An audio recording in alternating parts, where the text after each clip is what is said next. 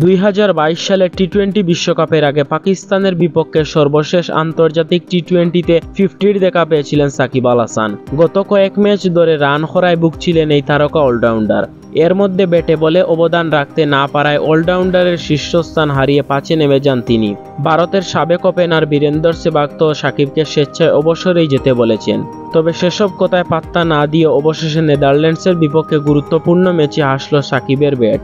38 বলে 50 তুলে নিয়েছেন এই বাঁহাতি। টি-20তে এটি সাকিবের 13তম 50। শেষ পর্যন্ত 64 রানে অপরাজিত থেকে মাঠ ছাড়েন তিনি। তার 46 বলে এই ইনিংসে কোনো 6-এর মার না থাকলেও ছিল 9টি 4-এর মার। যে ইনিংস বর করে নেদারল্যান্ডসকে 160 রানের চ্যালেঞ্জিং লক্ষ্য দিয়েছে বাংলাদেশ।